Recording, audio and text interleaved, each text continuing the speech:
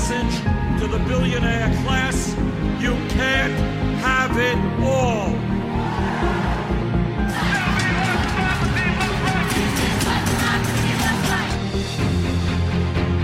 Ladies and gentlemen, welcome to the Evolution of Now.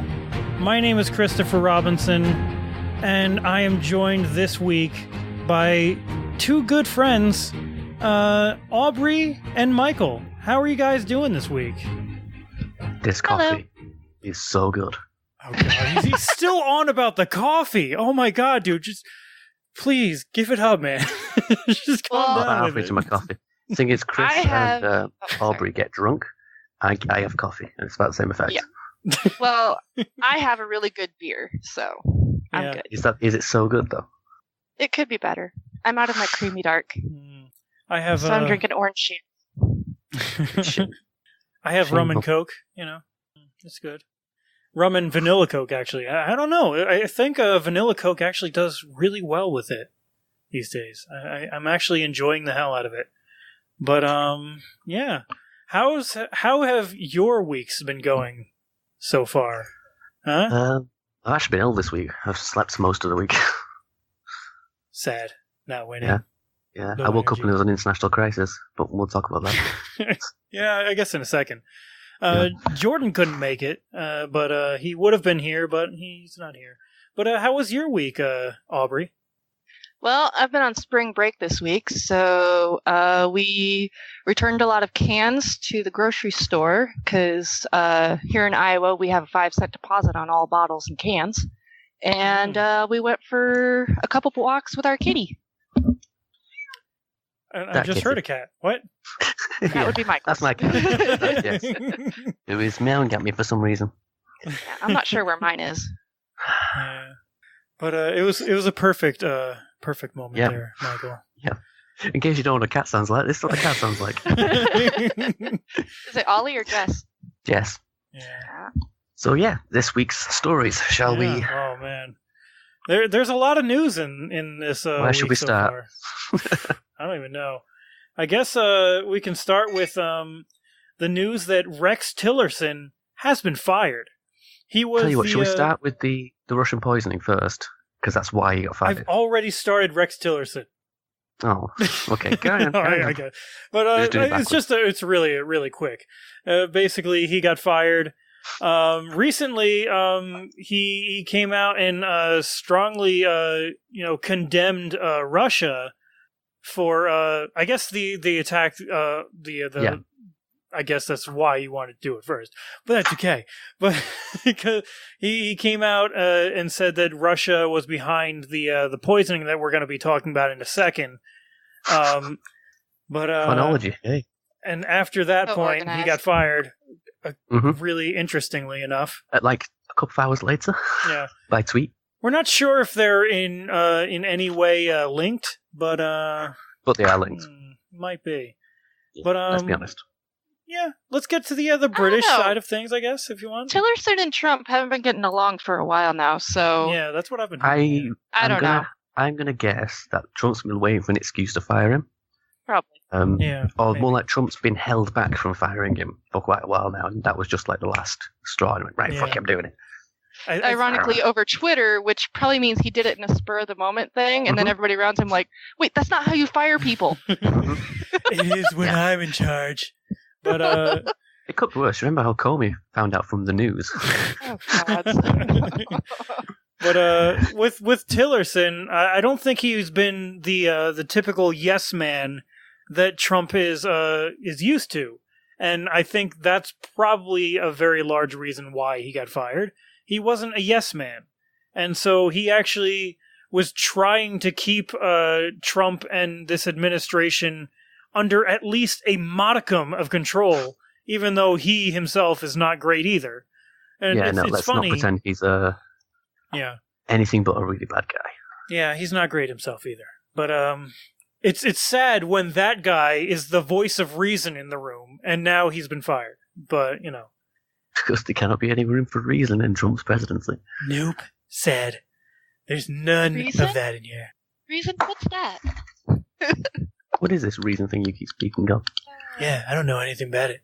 But I guess we should talk about the British side of things and what he commented about that may or may not have gotten him fired.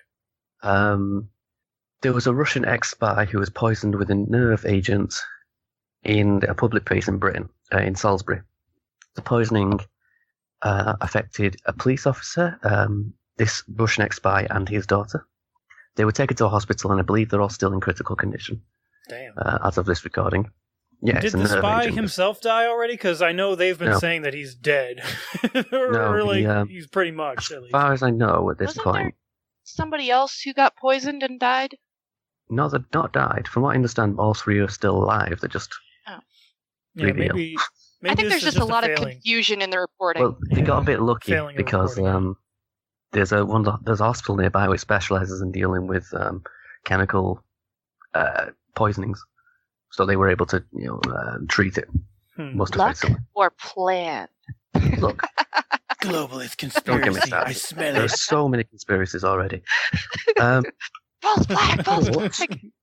The nerve agent was identified to be a strain called Novichok, which was developed by the Soviets back in the 60s, I think. Sounds good to me. The thing is, only the Soviets know how to make it, and it's only known to have been made by the Soviets. So it's almost certain that this Novichok came from Russia. Yeah. We're not certain whether Putin actually did it, although he probably did. But if he did, he's orchestrated a chemical. Bear in mind, this is a nerve gas. It's like sarin. In the UK, which is a massive thing.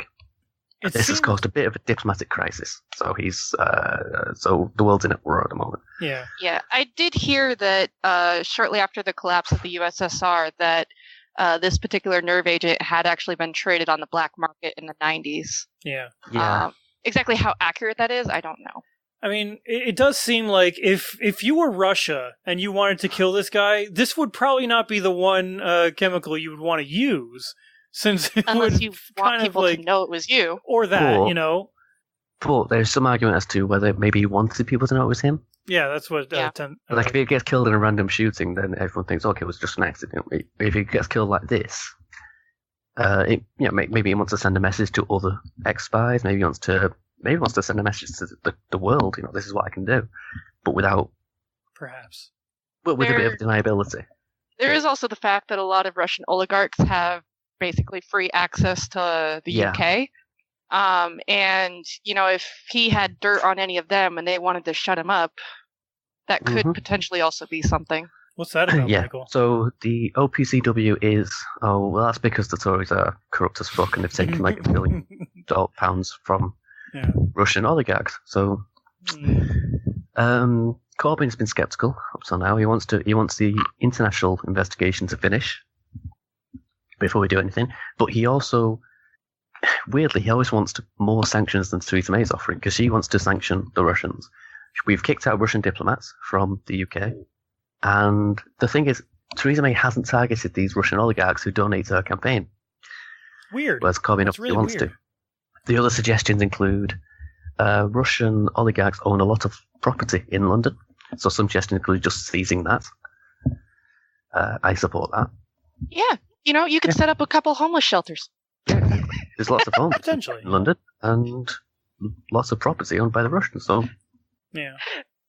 I mean, I think if you're going to start chemical weapon attacks on the UK, you can't own property in the UK. Sorry, fuck off. Yeah.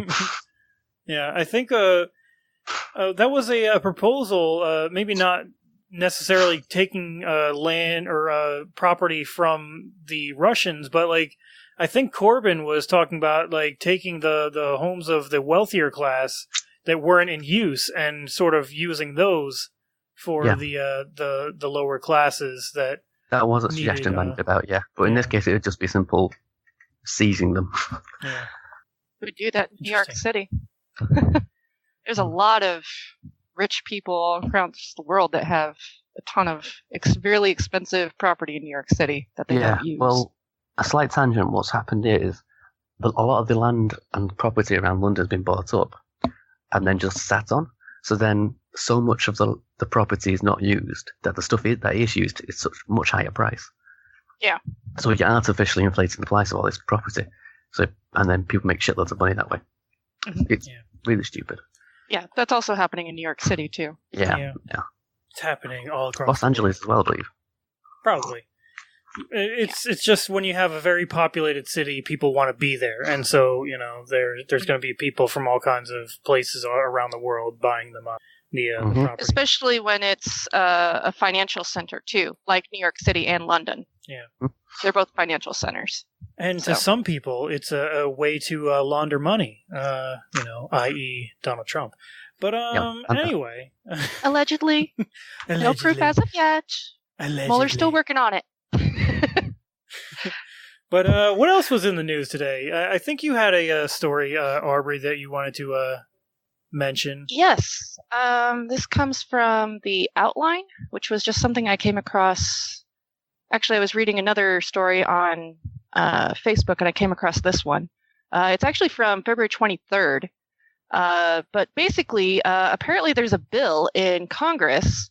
It's called Allow States and Victims to Fight Online Sex Trafficking Act. It's called FOSTA for short. It basically means that online platforms would be held criminally and civilly liable for the actions of their users. That wouldn't actually help people who are the victims of sex trafficking. All it would do is basically mean literally nobody's talking about it. But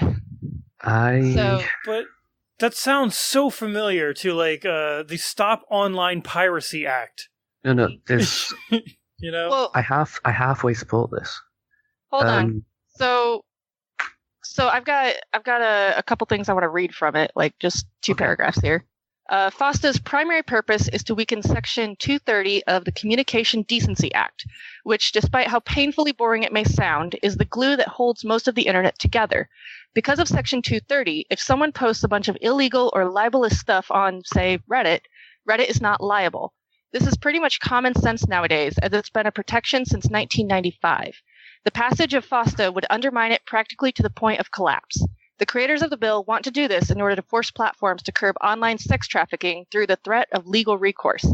They think that if, say, Facebook is held liable every time one of their users posts something about sex trafficking, that the company would quickly move to stamp out trafficking on its site entirely, and the world would instantly be a better place. Because that just makes it so that sex trafficking isn't happening, right? Yeah, it sounds more like they want to stop you talking about it, which is important. Basically. Well, it is a real problem that sex trafficking, grooming happens on social media for sex trafficking, and that needs to be dealt with. The other paragraph I want to read here is companies like Facebook and Twitter still seem to struggle with determining what is and isn't a Nazi or telling fake news from real. If FOSTA passes, those companies would have to put many more layers between what users submit to the world and what actually gets posted in order to make sure absolutely nothing illicit ends up online. This could mean a total ban posts containing a certain set of predetermined keywords or a content restriction by subject. This could mess things up, especially for sex workers who normally make their living online, since the terminology is close. And I would also point out that Facebook, Twitter, YouTube, all those other online websites, they are not just in the United States. They're also in places like Germany where sex work is legal. Yeah. So. And trying to stop people talking about it's difficult. And the real problem with social media isn't people talking about sex trafficking. It's grooming. It's the grooming that goes on. I've heard say that there's not enough Facebook and Twitter and Instagram, especially things like this, don't do about it. The problem is there's not much they can do without being able to watch every individual conversation, because all of these grooming conversations are not. Yeah. There's nothing obvious about them that's grooming to a computer. If you read it, you'd be appalled. But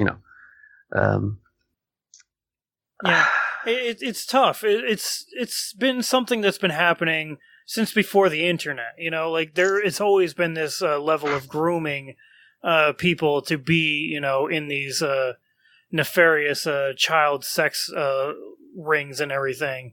And this in itself isn't going to solve anything other than clamping down on free speech in a lot of ways, and maybe there could be some good that comes out of it. But like I feel like what it would really just do is bring the people that are doing it more underground as well. Like they're just going to change where they're going to be doing things then. Right? If that happened, that'd be great. If you could drive the people that are doing it underground, that'd be fantastic. Yeah. Because most of the kids they're targeting are on social media. Yeah, so you need to be able to access them there. That'd be great. That's not the problem. The problem is it stops people talking about it just in general, and the awareness is important. Because awareness is how you fight it. There's already a lack of awareness regarding sex trafficking. And it's not just children either. There's a lot of just adults that get caught up in this too. I mean, just like a couple weeks ago, just like 2 blocks from where I used to live, a woman reported that she nearly got kidnapped by like a bunch of men in a van. Jeez. So I mean, this happens. Yeah. So, I mean, it's kind of, and, if she hadn't been able to post that and online, I might never have heard about it. Yeah. Very, very good point. And yeah, I don't know. It's a rough situation when we're coming to, like, I do want to clamp down on, these sexual predators of children, but, it's also like worrying in some ways that like, the freedom of speech on the internet can in a lot of ways be controlled then if this kind of thing happens, but and that's basically what this article's point is, because they're basically saying it undermines Section 230 of the Communication Decency Act, which basically says that the Communication Decency Act allows companies to set up terms of service, which means that they can then ban accounts that don't fit within their terms of service. But it also says that companies can't be held liable for things that get posted on their websites, which may or may not be against their terms of service. Yeah. I think the way I'd go about it, what might be a better way of doing it would be to say there are certain things you have to do in order to try and combat things like child grooming and sex trafficking and things like this. Yeah, that's reasonable. As Facebook. And if you don't do them, then you can be criminal liable. If it happens on your site anyway, but you've met the standards, you're not criminally liable. Yeah. So that'll be things like having a reporting process in place for these accounts, or having maybe keyword triggers set up or something like this. Yeah. Well, I mean, there's this particular. I mean, they focus on Facebook and Twitter. But a lot of what I've heard of attempted child abductions have actually been facilitated basically by people talking on Minecraft to children. That's another big problem lately. Wow. Is that's disturbing. Public servers and things like Minecraft are a big one. Man, places where they know children will be. Also Instagram, because it's quite public. It's like Twitter for pictures. So teenagers will load pictures of themselves with selfies and they'll get comments from people saying, "Oh, you look great," and stuff like this, and they'll get talking that way. And it's quite sinister. Yeah. When you do training, when we go to a new school, they do training, obviously, for this thing. Yeah. And they show us some of the conversations and what's going on, and it's fucking sick. It's disturbing as hell. Very much so. But we got to get to the rest of the news. Oh my God, there's so much still. Apparently, we talked about on the show, I think either last week or the week before, about how Ben Carson, his office was going to buy $31,000 worth of furniture, or a furniture set that was $31,000. And he was claiming that he knew nothing about it. Apparently this week, emails surfaced that says otherwise, that he actually knew about it, and his wife and him were the ones that picked the furniture out in the first place, which was interesting. That happened this week. Apparently that came out because his emails, the public emails, his government email address, he didn't realize that those are public. Yeah, which is amazing considering, I think, wasn't he one of the people who was going on about Hillary's emails? I don't know if he did your government emails. Emails are always public. So I have an email address with the school, and it's public. The school administration can check on what I've been emailing my students. Obvious, safeguarding. Yeah, of course. Government emails work the same way. They want to make sure you're not communicating things you shouldn't be, like this. Pretty much. Also in the news this week, an unfortunate loss for the world. Stephen Hawking has died. And I really think we're going to have a show just specifically on him and his legacy coming up at some point, because there's just so much to talk about with Stephen Hawking that we can't possibly do it justice today. But if you guys had any words that you wanted to say on the matter with Hawking passing away this week? He was a cleverer man than I am. I think than all of us. He was one of the most intelligent people on Earth. I don't know. He was a very, very acutely a smart person. Mm-hmm.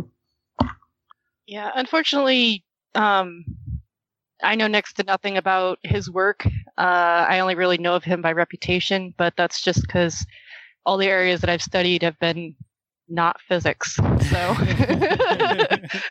think I was talking to you before the show, like, the area he studies, I've not really delved into it very deeply, so I barely understand. I don't understand anything he worked on. And I've got a master's degree. Yeah. But not only is his legacy, from what I've been reading and hearing about him, about physics and the advancement of physics, and I guess you were also saying that he's helped lead unification of general relativity and quantum physics, which is a very big task right now in physics. It's a very difficult task. But not only has he been pioneering physics and that, he has also been quite the activist in some ways, and he has fought for reasonable and rational causes in the past. He even spoke in favor of the NIH at one point. From what I remember hearing, he made a speech on the NIH at one point, and yeah, he is a very, very big beneficiary of the NIH. Like, if it weren't for the NIH, he would never have lived as long as he did. Is it the NIH or NHS? I'm sorry. NHS. I think I'm thinking. I think the NIH is here in America. He has the NHS over there. The NIH is the National Institute of Health. Yeah, I can't remember which country that is, but I'm pretty sure it's here. I think I just got them mixed up, NIH and NHS. I think your NIH is our equivalent of NICE, so they set the guidelines for what doctors are supposed to follow. Yeah, but so they weigh up different drugs and things. Yeah, just like you though, Michael, he has been a very big beneficiary of the NHS over there in Britain. It's kept him alive well past the years that he was supposed to live. Like, I don't remember how old he was. He might have been in his 20s when he was diagnosed with the degenerative disorder that he had, and they were giving him back then like only a few years to live, and he lived into his 70s, and he lived till 76 specifically.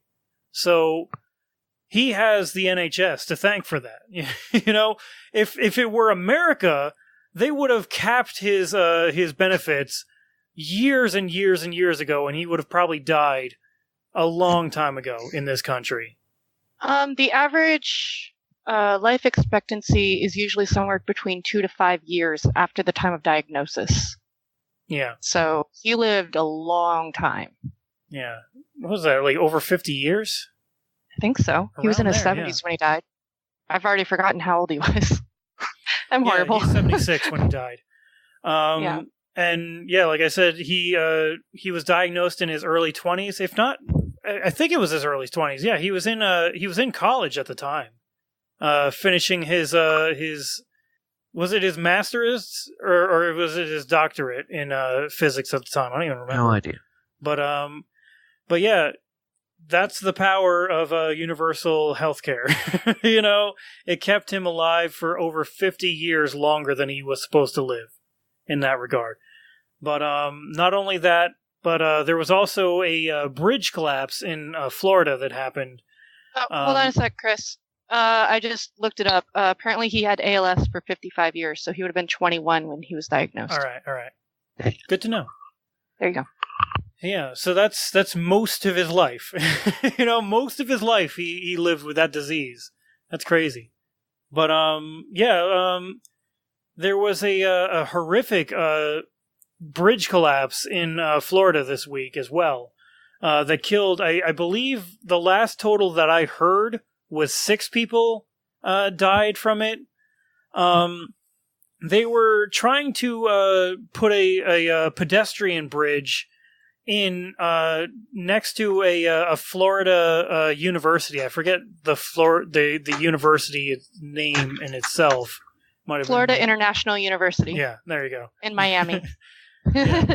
And so they were putting a bridge there for the students and everything to go across, so they didn't have to cross a very busy road by foot. And during construction, it just suddenly collapsed and collapsed on a few cars on the road. And I believe even some workers were involved with the falling as well. And so there might be workers that were killed, and also drivers and passengers were killed in it. I don't know why it collapsed yet. Yeah, according to the AP article that I have here, it says that at least 6 people are dead. 10 people were injured, several of which are construction workers. It doesn't say whether or not any of the people that were that have died were construction workers. Yeah. All right. Yeah. Authorities said Friday that the cables suspending a pedestrian bridge were being tightened when the 950-ton concrete span collapsed over traffic. So, yeah. Yeah. Yeah. There's obviously going to be more news that comes out of that in the next coming month or weeks, really, and we don't know too much about it. So I guess maybe we should just refrain from talking about it further, about why or how it collapsed. But, I do know that there was a traffic light there, so people were actually stopped at the red light when the bridge collapsed. So that's why there were vehicles basically all in a line underneath the bridge. Yep. Wow. So. That's terrible. Yeah. But I guess let's get to our main topic though of the week. Now, this was actually supposed to be Jordan's week, and this was actually his topic, and he was a little bit too low energy this week to join us. Yeah, low on stamina. He didn't have the stamina to do it this week, unfortunately. But he suggested we talk about marijuana this week. And that we shall. Now, I don't know where we should start out with this. I guess we can start out with the history of the war on drugs as it pertains to marijuana in some ways. I have a piece here from the Scientific American, scientificamerican.com. The piece here is called "The Science Behind the DEA's Long War on Marijuana." There were a few little quotes here that I thought were pretty interesting. Yeah, I've got a quote as well. I want to. Nice. Go on. But I have one here. When, let's say, marijuana in itself was made a Schedule 1 drug in 1972, I believe is what it is. And that was during the Nixon administration, and they were pushing through a gigantic what's the word here?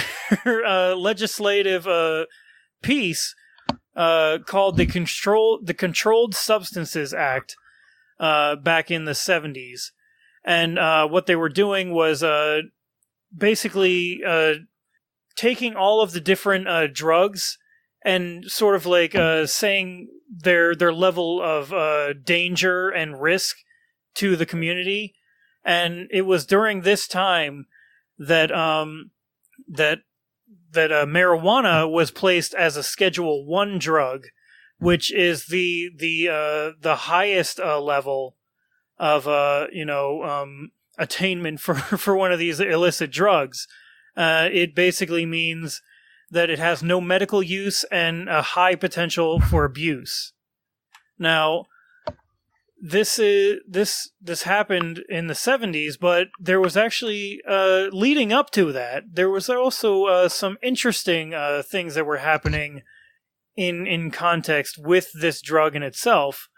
Notably, back in the 40s, there were American newspapers in segregated areas that were saying that, quote, "this stuff makes white women and black men have sex," when they were talking about marijuana. So this was how the segregated states were trying to demonize marijuana. Oh, you better watch out. It'll make white women and black men have sex. And it's just, it's amazing. It's amazing that this was our history here. It's also kind of funny how little racists changed their tune over the years, because hasn't that been one of the main things that racists are all like, oh, white women and black men having sex. Oh, it's horrible. It's terrible. Yeah, I mean, there is I think the governor of Maine, I believe it is. I forget his name at this point. But LePage, isn't it? LePage, yes. LePage was famous, or I guess infamous in some ways, for some of his colorful talks about like how some guys named I think he was like, they called him like Lefty and Lucy or something like that, and like some other like really stereotypical names are coming here to Maine and taking our white women. And then he was trying to dog whistle, but he was like failing miserably at it. It was horrible. Like a dog whistle, but it's just a whistle. Yeah, he's like, I blow it, it's not doing anything. Here, give me that actual whistle. It's like regular people walk up like, dude, we can hear that. Oh. But yeah, like that's like modern. That was like within the last few years. That's not like from the 30s. Yeah. That's not from the 70s. That's from like 3 years ago, tops. I think he even said specifically that they were coming up from Brooklyn or something like that. I think it was like Massachusetts and Boston area, I think. Oh, was it? From what I remember, I think it was Boston. Or the Massachusetts area, yeah. But yeah. I think it's worth noting here that the reason marijuana was made a Schedule 1 drug in the first place was to demonize minorities. And marijuana for Mexicans specifically, whereas heroin was decriminalized to demonize black people. And I have this quote, and it's from Nixon's drug czar, John... Fuck, I can't read that. John Mitchell? John Ehrlichman. Ehrlichman? Ehrlichman. Yes, that makes sense, yeah. It says, and this is a real quote, "We knew we couldn't make it illegal to be either against the war or black, but by getting the public to associate the hippies with marijuana and blacks with heroin, and then criminalizing both heavily, we could disrupt those communities. We could arrest their leaders, raid their homes, break up their meetings, and vilify them night after night on the evening news." And he finishes that with, "Did we know we were lying about the drugs? Of course we did." Which... Huh. Yeah, that's from, was that 1992 or 3, something like that? It's sure. 1970, 70-something. No, the actual quote, because he did that in an article in the 90s, he did that much later, yeah. I believe that was in the 90s, yeah. Yeah, which was, I think he did all those quotes actually right before they started passing all the, like the crime bill, and which was 1993, I think, wasn't it? And also like a bunch of the 3-strike laws and stuff like that. So, I mean, you have a public admission that these laws were lied about, or the drugs were lied about and everything. And yet everyone's just like... lied out specifically to target minority groups. Yeah, and they're just like, racist. Let's ignore that and triple down on it. And it's like, yeah. Wow. And the first time I remember actually hearing that, I think it was from Adam Ruins Everything. And that's actually a YouTube show that's out there. This guy Adam Conover, he had a episode, I think, on the drug war, if not just like on drugs in general. And yeah, he brings up that quote. So if you look for that out there, you can hear the quote as read on his his show there. Yeah, I think TYT also did a story on it too, the Young Turks. Yeah, wouldn't be surprised. Yeah. So. Yeah, I forgot to actually find that quote, actually. Yeah. So I'm glad that you brought that up, Mike. Yeah. It's just such an egregious quote. It's like, why is it still illegal if we've got that admission? Yeah. It's like, okay, wrap it up. Let's just decriminalize it now. It's obviously racist. It's obviously completely stupid to have it illegal if that's the original reason. Yeah. Well, and almost all of our drug laws were based in racism, at least initially. I mean, even prohibition, like alcohol prohibition, was also billed as a way to basically make minorities' lives miserable because it was targeted mostly against German, Irish, and Italian immigrants. Yeah. You know, which at the time were considered not white, weren't they? Yeah, they weren't considered white at the time, as I found out. Yeah, so it's interesting if you go and you look up charts of the different races and stuff from like around 1900.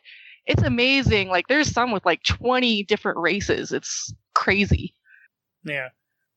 I wanted to bring up this quote real quick that I just remember. I wanted to talk about though in this Scientific American piece. It says here, overt racism combined with New Deal reforms and bureaucratic self-interest are often blamed for the first round of federal cannabis prohibition under the Marijuana Tax Act of 1937, which restricted possession to those who paid a steep tax for a limited set of medical and industrial applications. So before the complete banning of it in the 70s, they actually made it where only rich people were allowed to have it. Essentially, it would seem to me. So you would have to pay a tax to use it. And so who does that hurt more than anyone? The minority communities. And so this was before even Nixon banned it and all that to try and hurt the minority communities. They were already still doing that since the 30s in this regard, with marijuana specifically, which is quite interesting. Yeah, well, and a lot of those, I mean, in making it so expensive, especially for the ones that are much more addictive, it is a way of essentially taking a whole bunch of money from minorities, from poor people. It's a regressive tax. Marijuana is nowhere near as addictive as, like opium or heroin or cocaine, but it's not as addictive as some other drugs. Yeah, it's tiny. Yeah. Not even as addictive as like alcohol or tobacco. Yeah. Easily. But we've actually looked into the scientific efficacy of marijuana a little bit. I know Aubrey, you posted a few videos from this guy Concordance on YouTube. He actually does a very good job at looking at studies and getting the actual conclusions of those studies and sort of laying them out for his audience. Yeah. And he made a 3 or 4 part series on marijuana itself. Actually, he's got 5 videos on it. Oh, wow. I found a 5th one later that I didn't post. With YouTube, a lot of people say YouTube is not a good source, which is generally true. I see YouTube as videos a lot like articles. Some of them are just terrible and unsourced and worthless. Some of them are quite well researched and have sources. Yeah. And Concordance goes to some length to make sure his sources are all listed in the description and he'll post accessible. Links to them in the description.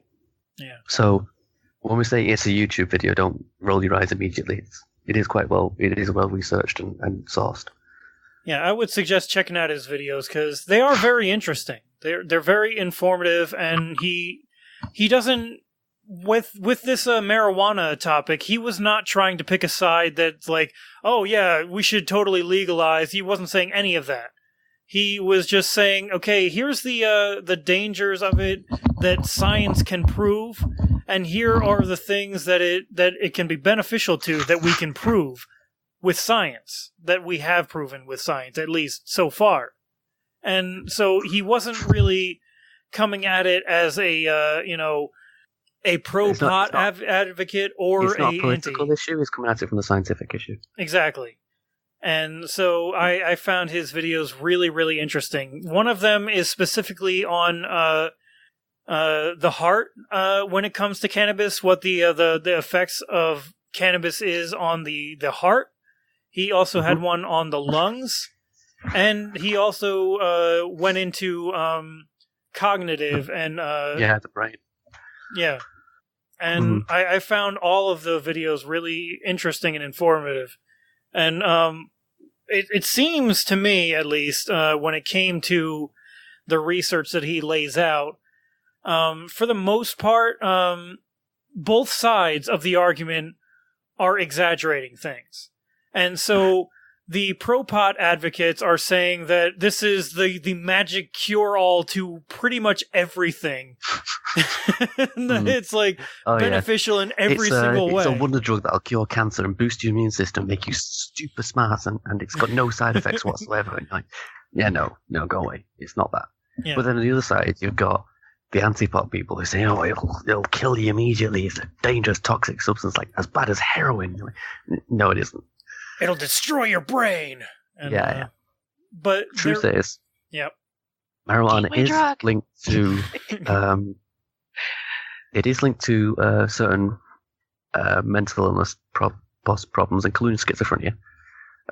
Not a very strong link, but it is a link, especially if you smoke it early. If you smoke it while your brain's developing, that's when they've got the biggest problem.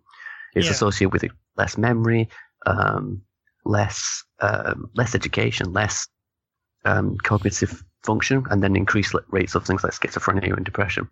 Yeah, that's especially what I wanted to mention specifically was it's really dangerous if you do it early. And the later you start using it, the less dangerous it becomes in a lot of ways.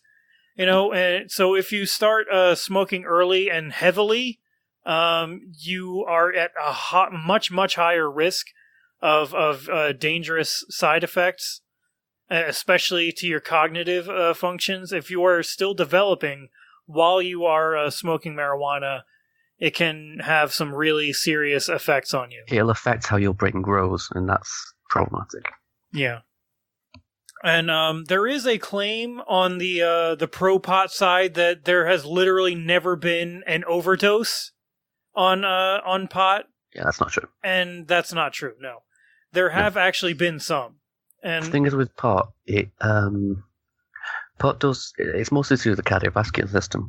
Pot has an effect where it will tighten your arteries and increase your heart rate. Yeah. That's not a good combination. Yeah, from what I remember, Concordance actually does touch on this a little bit in his videos, where what happens, it's weird. Like, it's a sort of duality where pot, in some cases, will actually increase the size of your veins, and then at other times, it will actually constrict it. And so the problem with pot is it's not a single chemical; it's a plant. It's like loads and loads and loads of different chemicals. So in different people, different chemicals will affect you differently. So when you put it all together, the effect on any given person is kind of unpredictable. So in some people, it will do this, and in some people it'll do this, and some people will do this, just depending on which chemicals express themselves more than others. However, what you find is that it can have really bad effects on things like your blood system, your heart, your arteries and things. And the deaths, from what I can see from cannabis, directly taking it, are mostly because it's affected the cardiovascular system actually. An artery's burst in the brain somewhere, and that's killed them. Yeah. But I think that's misleading, because we all agree tobacco kills loads of people every year. There's very rarely an overdose from tobacco. It's very hard to overdose on tobacco. But we all agree it kills people. How? Because a certain amount of people every year get lung cancer from tobacco. And they die. Yeah, it's sort of like a tertiary effect that that kills you, not specifically the smoking itself, I guess. So what killed you was cancer, but we can attribute that to the tobacco.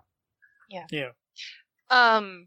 Actually, as far as overdosing, the overdose amount for marijuana is just less than the overdose amount for nicotine. Yeah. You can technically overdose, but nobody ever actually eats or smokes that much in one sitting. Same thing with nicotine. So that's from direct toxicity, though. There's the overdose from toxicity is one thing, but then there are physiological effects which can kill you. The other stuff is different. Yeah. And then also, smoking marijuana can also cause lung cancer. And in a New Zealand study, they actually found that you have a slightly higher chance of lung cancer than you do from cigarettes. And that's because basically when you smoke a joint, you don't use filters, you inhale deeper, and you hold the smoke for longer in your lungs, which means it has a longer time to do damage. Yeah. And it's not just smoking either. It's also linked to cancers in like the stomach and the bowels. So it's not just smoking. It's not like you can just eat it and that's okay. Yeah. So there are negative health effects associated with cannabis. So it's not like it's got no side effects. Obviously, drugs have side effects. Shock and horror, you know? Yeah. Ever watched one of those, ask your doctor if this medication is right for you, and then just listen to all the side effects they list. Yeah. The medication I'm on now for my transplant affects literally every part of my body in some way. We should put an asterisk, though, with what you just said, Aubrey. That's in America. Other countries don't know anything about those kinds of medical drug commercials. And yes, we are inundated with medical drug commercials here in the States. It's insane. We were talking before the show about this, and I mentioned that when presidential debates last year were on, not last year, during the election, were on, and I watched them, but streaming American TV, and I've never watched American TV before, and I was like, my God, these adverts for drugs, are you kidding me? Ask your doctor if this really strong drug is right for you. No. And we're just sitting there like, what? Oh, yeah, those are all the time, you know, and you're just like, seriously? And we're like, yeah, I wasn't even paying attention. Yeah. See, like, we are just so inundated here in the States with them that we don't even notice. It's like, that happens. And other countries like, what specific drugs there were now, but there were some really strong drugs, like drugs you don't really want to be on. And it's advertising, like, ask your doctor if this drug's right for you. No. Okay, look, I'll have a problem. I'll go to the doctor and say, look, doctor, what do I do to treat it? And they'll go, okay, take this. That's how I want it to work. I don't want to go to the doctor and say, hey, doctor, give me this. Because I don't have a bloody clue what I need, do I? Probably not. Why would I just ask the doctor for specific drugs when I don't know what I need? Yeah, but it's just another way that the capitalist market of our drug system can get more people to do their drugs. And, you know, it's just literally that. It's just another avenue that they abuse because, well, I mean, everyone else abuses advertisement in this country, right? Why don't we do it too? You know, let's make money off of it. Because it's really dangerous. Freaking America. But yeah, I was shocked when I saw that. I was just amazed. How is this legal? Yeah, most of those also target elderly people because they're the people who are more likely to actually need that kind of medication. So they'll be like, oh, I've got those symptoms, you know, oh, I've got that problem. Maybe I should go and ask my doctor about it. Yeah. You know, and but the problem also with that is, they're kind of tend to be the only people watching TV these days, but probably. The problem with that, of course, is there's a whole bunch of symptoms. Like if I said to you, symptoms are tiredness, stomachache, headache, vomiting, and swollen, and swollen feet. And that's in short, some of the early symptoms of kidney failure: swollen feet, headache, stomachache, and tiredness.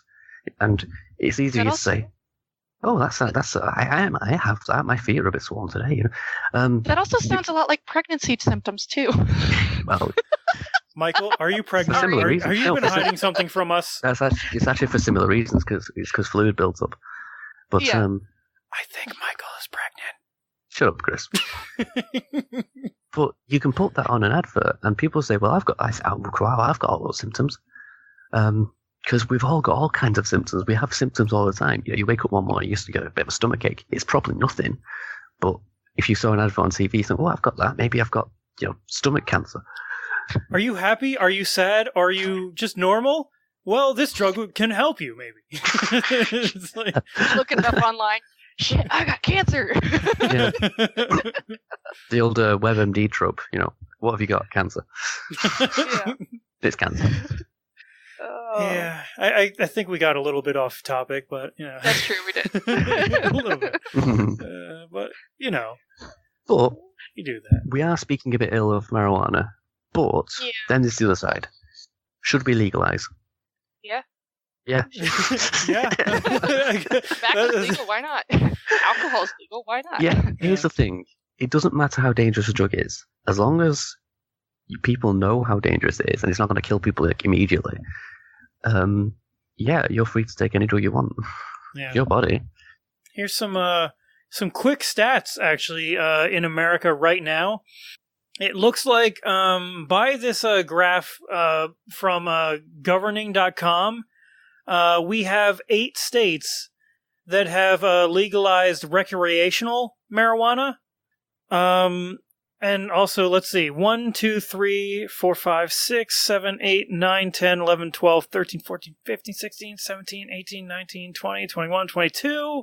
Looks like 22 states that have legalized medical marijuana specifically. And there is a few states that have medical and recreational in there. But over 20 states have legalized marijuana medically. And at least 8 have done so for recreational use as well. And yet it's still a Schedule 1 drug. You're much further ahead than we are on that, because we've got medical, but we don't have we're not even close to legalizing. I don't think it was even on Labour's manifesto, even though they'd probably do it if you pushed them. All right. There's a specific brand of cannabis which is legal over here called Sativex. That's the only one that's legal. Sativex, it's called. I don't know. But that's the only type of cannabis that's legal here for medical use. All right. EU citizens can possess different brands if they've got a certificate from their home country.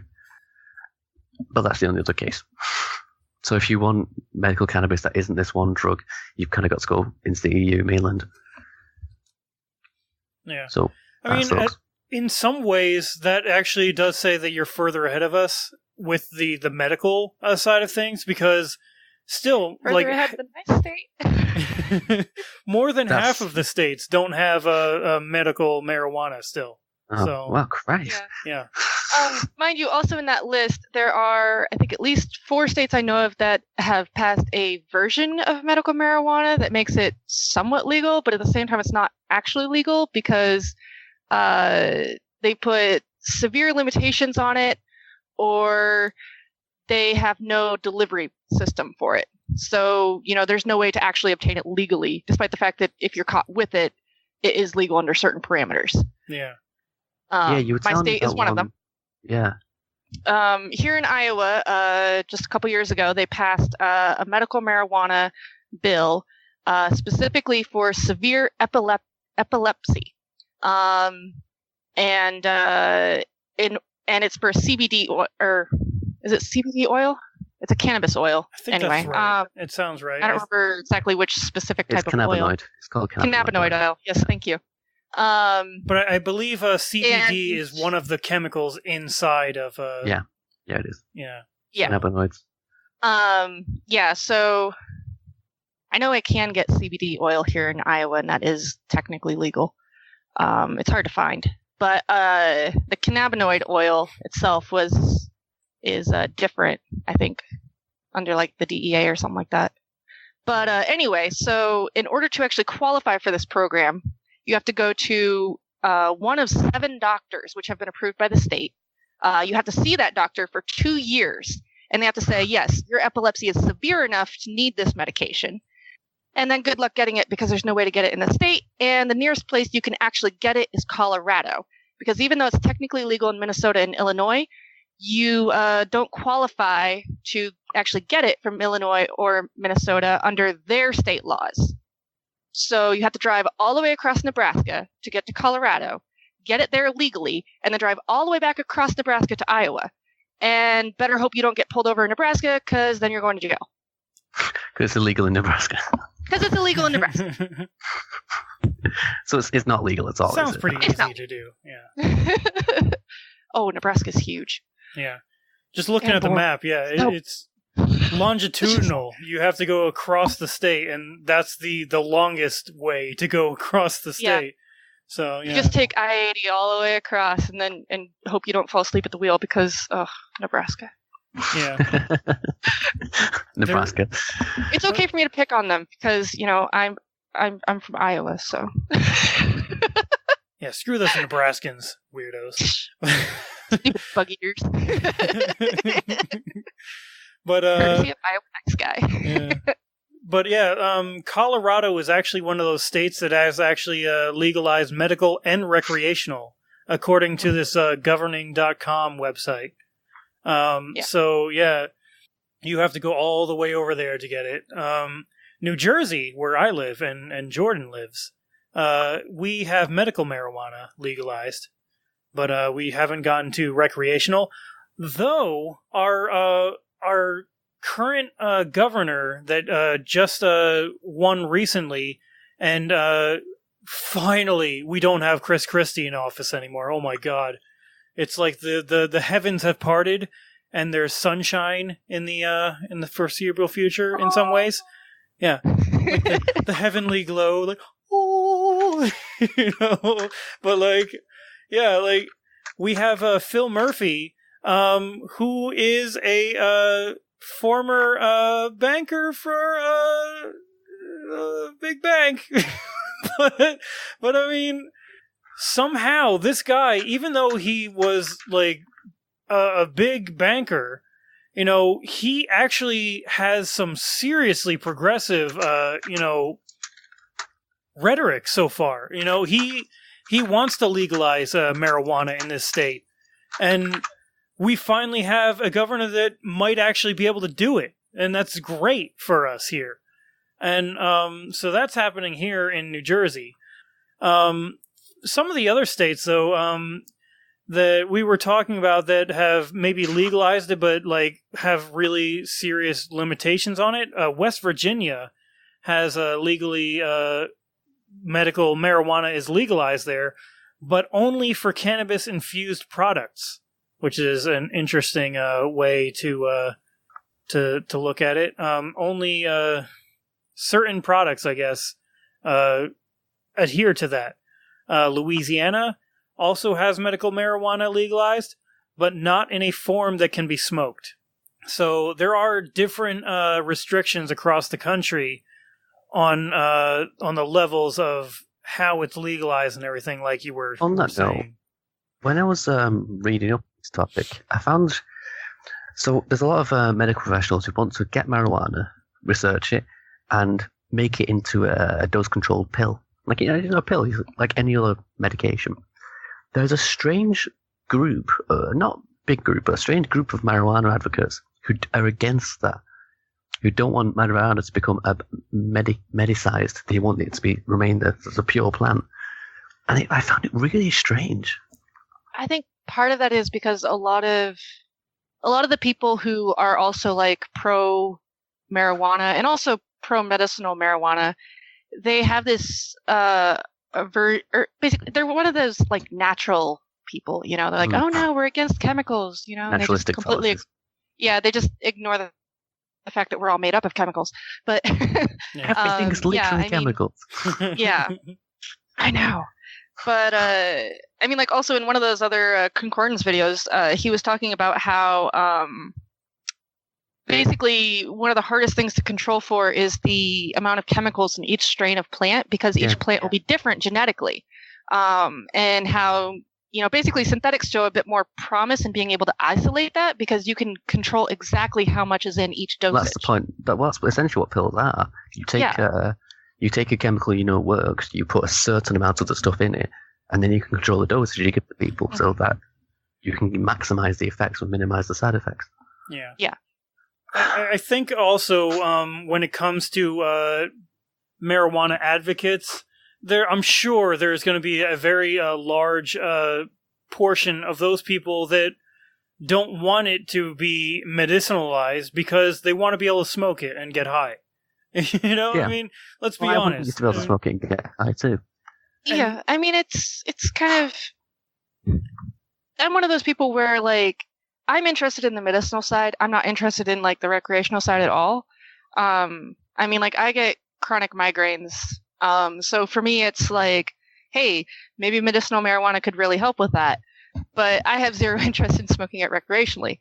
Yeah. That said, I have no problem with other people smoking it recreationally. It doesn't bother me. Yeah, Yeah, like, I've smoked, not much, but I've had a joint once or twice. yeah. We've talked about it before. That I mean, it's like a smoke or drinking alcohol recreationally. You know, in that regard, where we have alcohol, which is actually much deadlier than marijuana typically is, and Goodbye to my liver. exactly. But I mean, people drink and then go and get into car wrecks at a very, very high rate. Much higher, actually, than people that get high on marijuana and go and get into car accidents. Not technically true.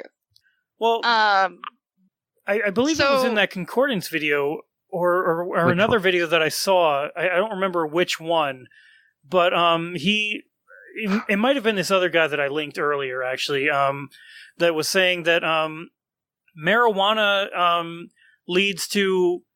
It was a certain percentage, but it was lower than the percentage of people that got drunk and got into car accidents, of people... It was more... well, mind you... People don't tend to drive when they've had marijuana, where people will more likely to drive once they've had alcohol. Yeah. But also, if you take people who smoke and drink and put them in a car and make them drive, I believe the effects are similar. The worst you can do, though, is have both. Yeah. Because that will absolutely fuck up your driving. Yeah. I've got here that basically up to 25% of all crash fatalities are caused by someone who's drunk and driving. However, between 6 and 32% are caused by someone who tested positive for marijuana. So, I mean, I guess that's largely going to basically depend on where you are in the country, because, of course, the United States is not a monolith. Yeah. And then, oh no, that came from a French study, actually. So maybe that's just specifically in France. Maybe. Sorry. But I mean, also, part of it is also that the people who are most likely to smoke marijuana also tend to be the same group of people that tend to drive recklessly, which is young men. Yeah, true. Yeah, perhaps. So that might be part of it. I think a Dutch study found that the dosage that you actually take actually will depend on how actually impaired you are, because if you have like a light usage, basically you compensate, you're aware of your impairment, so you drive much more carefully. However, if you have a much more heavy usage, which is like a couple joints or something, you tend not to really notice it. Or you think you're compensating for it and you're really not. Yeah. You know, because your reactions are that badly damaged. And if you combine it with alcohol, it's worse than either alcohol or marijuana by itself. Yeah. It's interesting. So, yeah. Yeah. I did want to mention that fact that, like the numbers did shoot up within that one video. I can't remember which one at this point. I've watched a few. He did talk about the numbers. People just being high on marijuana was, I don't know, I'm just going to make up numbers here. It was like 4% risk on marijuana, and it was like 9 to 10% with alcohol, and then it was 14% with alcohol and marijuana in your system. The likelihood of getting into an accident or something like that. I don't remember it exactly, but it was something along those lines. I can't for the life of me exactly though. But yeah. Yeah. Well, and also a large part of that probably also has to do with the fact that at least in America, we tend to go out to drink, and we do like communal drinking, and then a lot of times we try to drive home, and that's a really bad idea. Yeah, so really stupid. Especially because we have a car-centered society. Yeah. I mean, I come from one of the drunkest corners of America, so although Wisconsin wins that by a mile, but I mean, you're also in the middle of the country, and yes. distances are a lot further too, and yes, so and we have much worse public transportation and all that. Yeah. But also, I mean, if you're smoking a joint, especially if you're in a place where it's illegal, generally speaking, you're not going to be doing that out in public, or you're not going to be wanting to go anywhere while you're high, just because you're afraid you're going to get caught. That, or you're already so high you don't want to do anything in the first place. Yeah, and one yeah, of the effects of marijuana, it makes you lethargic. It makes you want to just sit down and veg. Yeah. I mean, yeah. Although, of course, depending on... Let's go to Taco Bell, everyone man. has different experiences and stuff, because everyone has different body chemistry, and it reacts with everyone differently. Yeah. I mean, there's even people where it'll react differently with them every time they do it, too, so... Yeah. Yeah, anyway. It could always also be the different strains. If you do try different marijuana strains and stuff, that could probably lead to different occurrences and stuff. But regardless, there is a plethora of different people that are affected different ways. There are some people that do get that lethargicness, and they just sort of like lay there on the couch, not moving, and they're just content at that point, and they're like doing whatever, and there's other people that actually smoke marijuana and they're more productive. There are some people that smoke a little bit and they're able to just like focus through work that they wanted to do in some way, or like clean their apartment or their house or something like that. It's interesting, the difference of affection from marijuana and all of it, and it's interesting, the duality in it. We've talked about the duality of how sometimes it can actually detrimentally affect you in certain ways, but then it can also benefit other people in the exact opposite ways. It's so interesting and fascinating that this one drug can do that, and this is why it's important, I think, to legalize this for researchers to actually find out what it can and can't do. And with it being illegal like it is, and a substance one drug as made by the federal government, it's a lot harder for research to take place.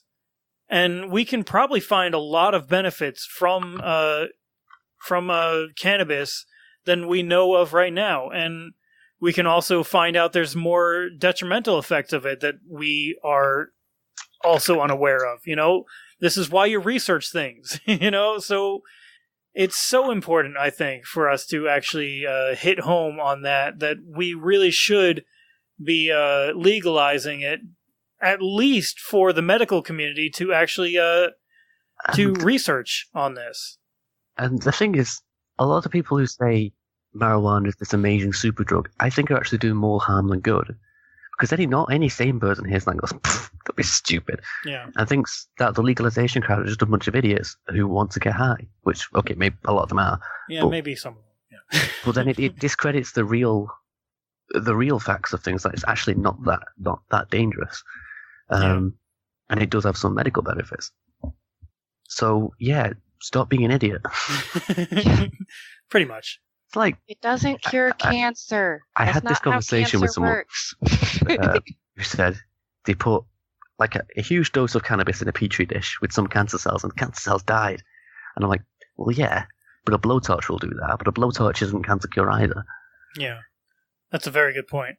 This is why we need more research. If it did turn out that somehow this was a cure for cancer, we could find that out by more research, for more, conclusively than we have right now.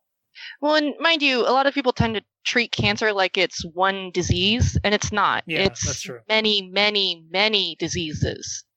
So, I mean, some of them are very similar to each other, but, you can't treat all of them the same because they're not the same. They don't develop the same, they don't spread the same, etc. Yeah. I mean, there's brain cancer, lung cancer, liver cancer, prostate cancer, breast cancer. What else is there? Like, there's so many different ones, and they're all very different from each other. Colon cancer. Yeah.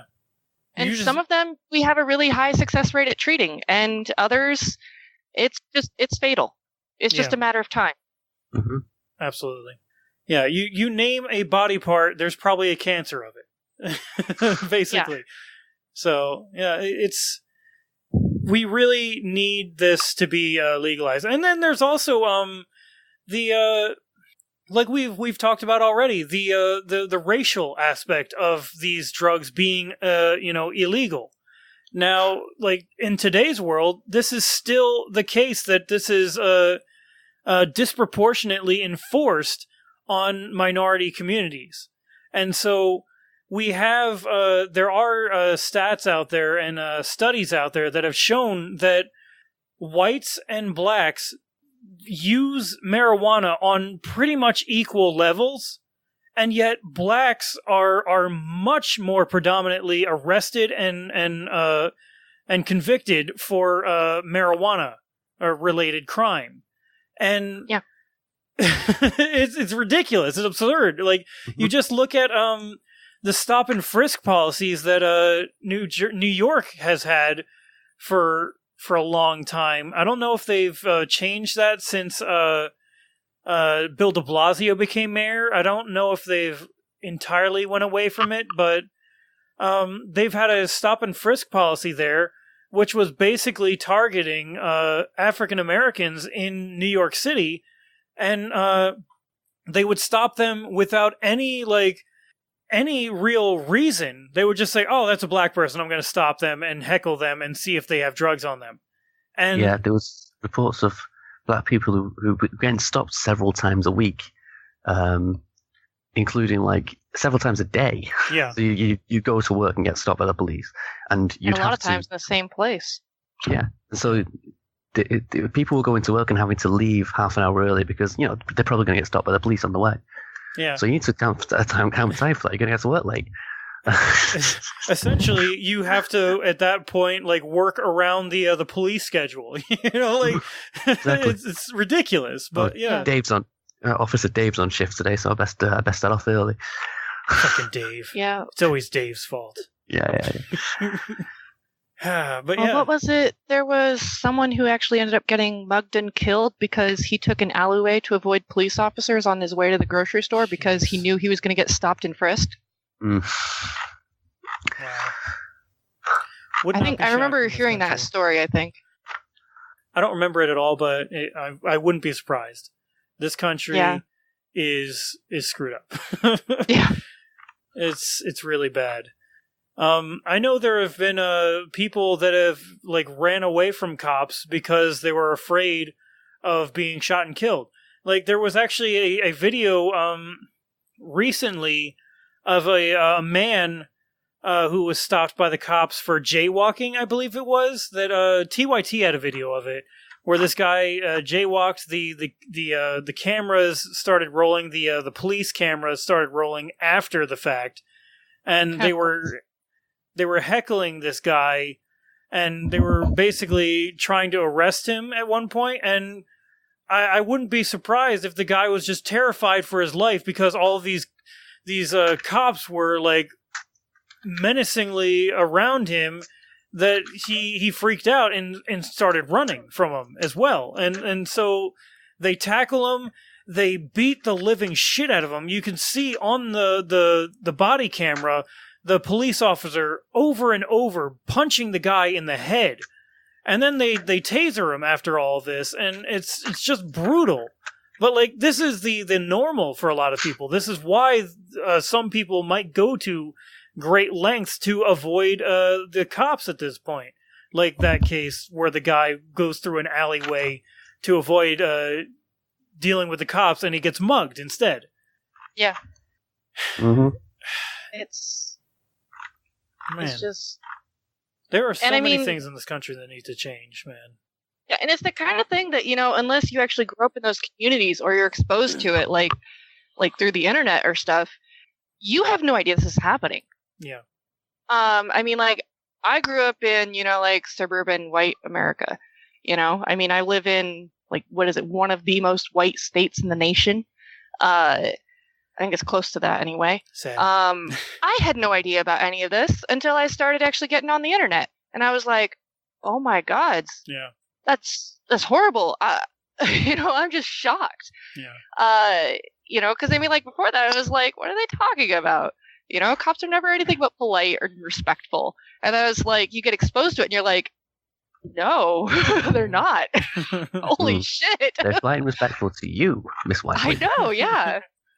Hey, for fuck's sake, I got pulled over by the same cop within a month on the same stretch of road going the exact same speed, and I didn't get a ticket. Interesting. I was shocked. I was like, wait, I thought for sure I had a ticket. Yeah. Nope. Look at you, eh? I know. Now, when I grew up in this area of New Jersey, New Brunswick, and it's a very diverse area. And I remember when I started driving, one of my best friends back then was African American. And we would drive everywhere together. We would hang out all the time, and we would go all over the place. This one time, me and him went to the farm, or not a farmer's market, but a flea market, and we met a friend of ours there in the parking lot. We were hanging out in the parking lot, talking, and once we were wrapping up our talk, there was actually a cop car that started trolling through the parking lot there. And so we were just wrapping up the conversation, and me and my buddy got in my car, and we left. And I guess the cop thought that this was suspicious, so he went after us, and he pulled us over right outside of the flea market. And the guy was heckling us, and he was looking at anything that he could to find drugs on us or something like that. And he was even going so far as looking at the floor mats of my car and saying, "What is that? Is that weed?" And it was a blade of grass. It was a long dead old blade of grass that was just sitting on the carpet of my car. And we were like, "No, sir. That's a blade of grass." It's that was my, my personal experience with strange. I notice in America, you call your police sir, and no, officer, sir. We don't do that in the UK. If we weren't actually respectable of the cops, you are liable to get a beatdown at times. Yeah. It feels like in this country. It's you call your police sir, and you're supposed to be deferent to them, whereas the police, for us, it's more of an equal relationship. They're doing their job, but that's it. They're not better than you, they're not above you or anything. Yeah. Whereas in America, it seems as if you're supposed to be deferent, not just respectful, but actual show deference, which I think's insane. I mean, you work for me, after all. It might not be that that we're forced to do that. It's just that in order to make this go easier on yourself, you better do it. Just in case that helps you in this situation. Because if you're a dick to that cop, they're going to be like, "Oh, well then I'm going to get you on any little tiny thing that I can possibly find on you." And so they will go through your shit with a fine-tooth comb at that point, potentially. So it's easier oftentimes to just be as polite and as respectable as possible, because, that will not get them all perturbed and angry at you in some way. Really sad. Yeah, I mean, and even here, I was taught to always be respectful to the cops and never be rude to them, never swear to them at them. And well, mind you, I was also taught to never swear. Period. But details. Well, that's because kind of thing, you're a girl, right? Girls can't swear. No, actually, it had nothing to do with my gender. Was that was due to I would've figured my it was. parents' fundamentalism. Yeah. It's a sin, you know. It's No, very yeah. bad.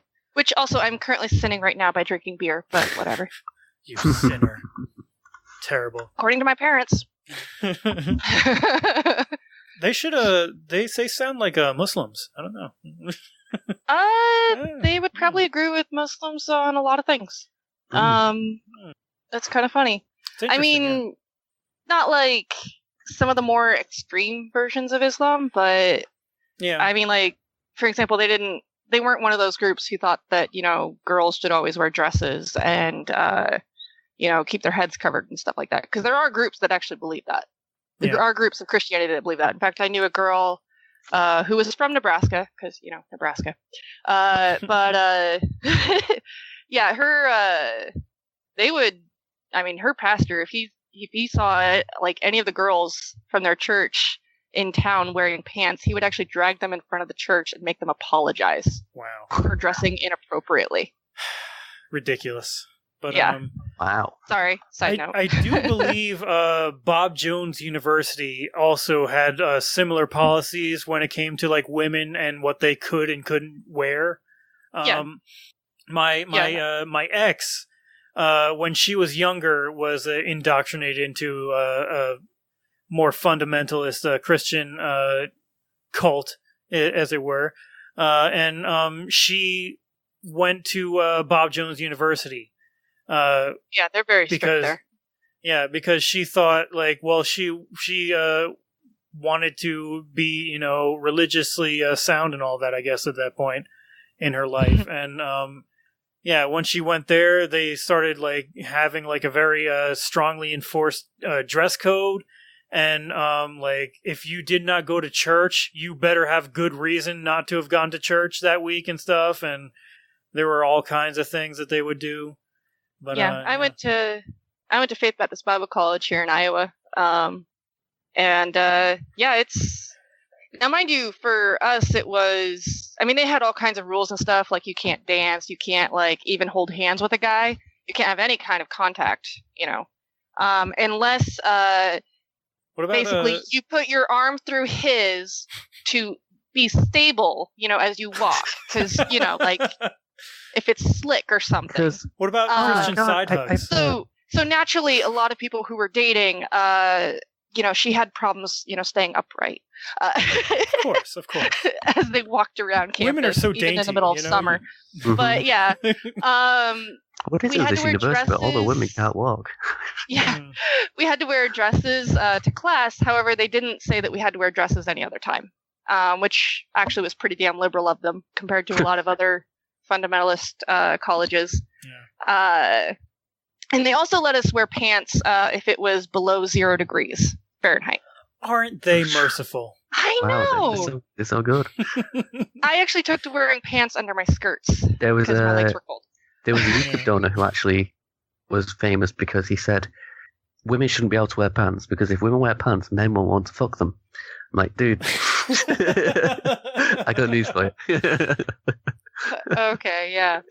Yeah, but yeah, like when I was looking at, you know, Christian colleges to go to, Bob Jones was up there, but then I was like, no, they're too strict. You know, I mean, they like, you're actually not allowed to date at Bob Jones. You have to court, which is different, according to them. Yeah. It's much more strict guidelines and stuff. And of course, they famously do not allow interracial couples. Yeah, of course. Why not? Yeah. But I guess we've kind of went off topic again. Note, but yeah. I mean, this Massive is side note. half the show. Sorry. We do that a lot here on The Evolution of Now, as you might. When you get three people who are all a bit drunk, and yeah, Yeah, that happens. I mean, two of us have had alcohol, and one of us has had coffee. I'm drunk on coffee. Yeah. Yeah. Michael is weird with his coffee. He's all like, "This is the best coffee ever. So good. Oh my god, Yeah. it's so good." Well, I got some coffee from Cuba, Yeah. and it's really good because my That's parents cool. went to Cuba like last year and brought us coffee, but they don't drink coffee, so it's been sat in the cupboard for ages. So I'm just like, right, mine now. And it's really good. Yeah, but I was actually surprised because my fundamentalist grandmother, back to the topic on hand, last Christmas, she actually expressed approval for medical marijuana. I had to explain to her that it's not technically legal in Iowa, and she was like, really? That's a shame, and stuff like that. She's like, medical uses, it should definitely be allowed for that. And I was like, wow, look at grandma. Yeah, that's an interesting thing. Like, whenever we think of, like, the older generations, we always, like, I guess we lump them all together as, like, oh, they're all just going to be conservatives, and, like, everything they're just going to be conservatives on. And, yeah, I mean, they can surprise you at times, I mean, mind you, I don't think she would approve of recreational use, but... Yeah, maybe not, but... I mean, she was super disappointed in my cousin when he had alcohol at his wedding. So... Yeah. And dancing. Oh man. That's just so scandalous. Terrible. Like Footloose. Oh my god. Oh. They did the chicken dance. Don't allow the dancing. Oh. But the hips moved. It was traumatizing. The hips don't lie. The hips don't lie. But sorry. That's all right. Yeah, like medical marijuana, and I personally, I think we should move towards legalizing both medical and recreational. Yeah, I agree. I think it's just obvious. And the other really big one for that I forgot to mention is a lot of criminal activity across the world is financed through marijuana sales. So legalizing it, regulating it, taxing it, and moving the business onto legitimate companies cripples a lot of criminal organizations across the world, which is a massive benefit. And back when I was a lot younger and first looking into that's what really swung me on it. A lot of the Mexican drug cartels are dying off now because of the massive drop in sales in America. Yeah, they really started hurting after Colorado. Just Colorado legalized it. That's before any of these other states jumped on board. Yeah. So, I mean, that's... Yeah, and we still have a federal government that is still classifying it as a Schedule 1 drug, which is ridiculous. Same level as meth. Yeah. And, what is it? Jeff Sessions is the Attorney General right now, and he has been basically saying that he is going to crack down harder on the states over marijuana. And it's really, they don't learn very good lessons. Apparently, these guys are still stuck in an era that is essentially dying off, and I guess you can really see it in their rhetoric even today with "Make America Great Again," which in turn was actually coined by Ronald Reagan, which I think we've mentioned on the podcast before. Make America Great Again was something that Ronald Reagan said a lot back in the day. And so it's interesting how the rhetoric has not changed at all in that regard. Has anyone looked to see whether or not the beer lobby has donated a lot to Jeff Sessions? Because the beer lobby definitely wants marijuana to stay illegal. Oh, yeah, of course. That would be a competitor to them. That's why. Yeah. I'm just wondering here, because... just spitballing, Yeah. Maybe it's something to look into. Yeah, we should probably look into that maybe in the future. But I guess we've kind of gone over time as per usual. And wild tangents. Yeah. Sorry. It's all right, guys. Let's get talking religion. Yeah. It's just too easy sometimes to just go on tangents, and it's fun. But thank you guys for being with me this week. And thank you, audience, for tuning in. You can check us out on Facebook. We have a facebook.com/theevolutionofnow thing going on there, which basically you'll just get the notifications via Facebook for the new podcasts that are dropped every week on Saturdays. You can even get in on our Discord.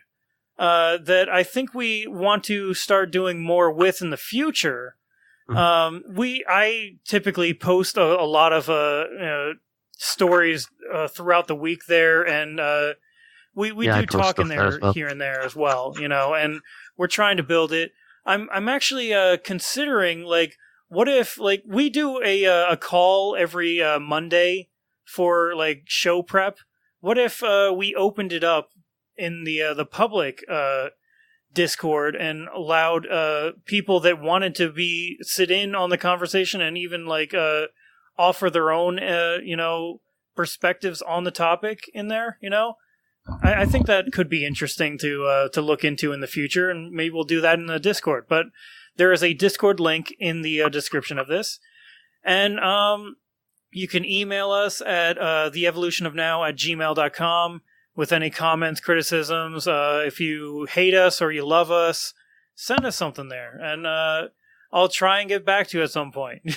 I'm not great at remembering to check it at times, but yeah, it's there. You can also potentially support our show through our Patreon at patreon.com/theevolutionofnow. And we really appreciate any support you can give us, even just liking us on iTunes or wherever you get the podcast, rating us or any of that, sending comments through there or whatever, it really helps. And but with that, guys, final words of the week with my friends here. Let's start with Aubrey. Do you have any last words that you want to instill our audience for the week? I don't know. Kugel is a really good beer. How about that? That works. I'd just give my usual bit of advice that if this is an issue you care about, write to your representatives and vote on it. Yeah. And this issue being the marijuana, not all the crap we're talking about later. Yeah. And F you to the Republican lawmakers, and F you to Trump, F you to Paul Russians. Ryan. And the Russians, yeah, King. F them. Screw those guys. What was that? Steve King. Yes, we definitely need to mention him. Mitch McConnell, Marco Rubio. Who else is out there? Ben Carson. Yeah, him. Also, I think it was 12 Democrats that voted in favor of deregulating the banks recently. What? Yeah, 16, that happened. Actually. Was it 16? Oh, I thought it was 12. Yeah, it was 16. Great. Even more. Great. Maybe next week we will we'll have a list of those names for you. I believe about half of them are for re-election, too. Bastards. Yeah. So, yeah, screw those guys as well. We're an equal opportunity FU organization here. We have fucks to give, and we will hand them out, unilaterally. You can have a fuck. You can have a fuck. And you can have. Everyone gets a fuck. Everyone gets a fuck. Well, not that kind of fuck. Well, yeah, I'm not that's a little easy. bit different. Not the good kind. I'm easy, but not that easy. But anyway, guys, thank you so much for being with us. You have a great, great week, and we will be here next week. And we are going to be talking, I think, in some regards, about water. Mm-hmm. Goodbye.